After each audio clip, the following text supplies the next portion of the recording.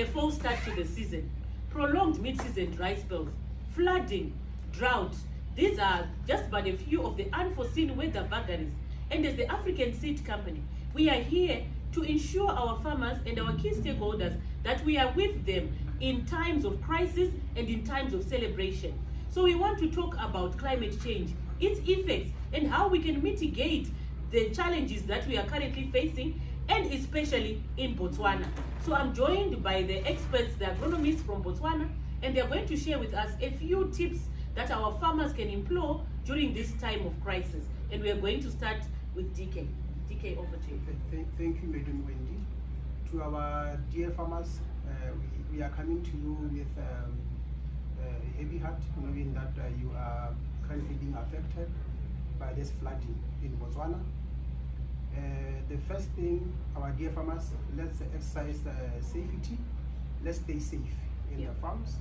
When it's flooding like this, let's avoid the flood-prone areas. To those who are having some movable equipment, let's take them to the higher lands so that they cannot be affected by this flooding. It as well comes in as a wake-up call to us in terms of, I know most of our conventional farmers around the country, they have some fire breakages in their farms. So it means we need to as well improve our drainage so that we can have safety to our fields.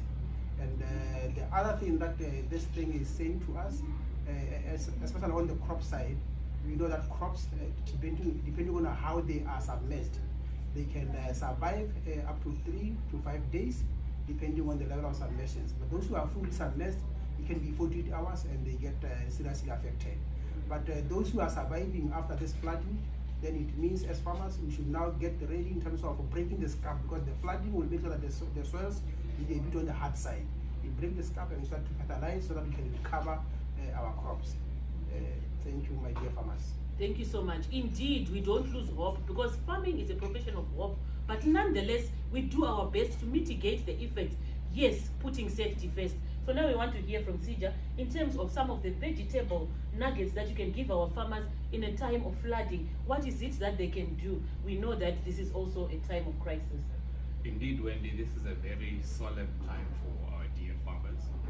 And as Dialoa has rightfully touched on all the preventative measures that the farmers should be taking, I think also to our dear farmers, it's very important to now, after these floods, to assess the damage to your crops and your fields as well. Remove any debris, replant where necessary, and it is also very important now to do your soil analysis again to check for nutrients and contaminants, because we've had flooding, water coming from everywhere.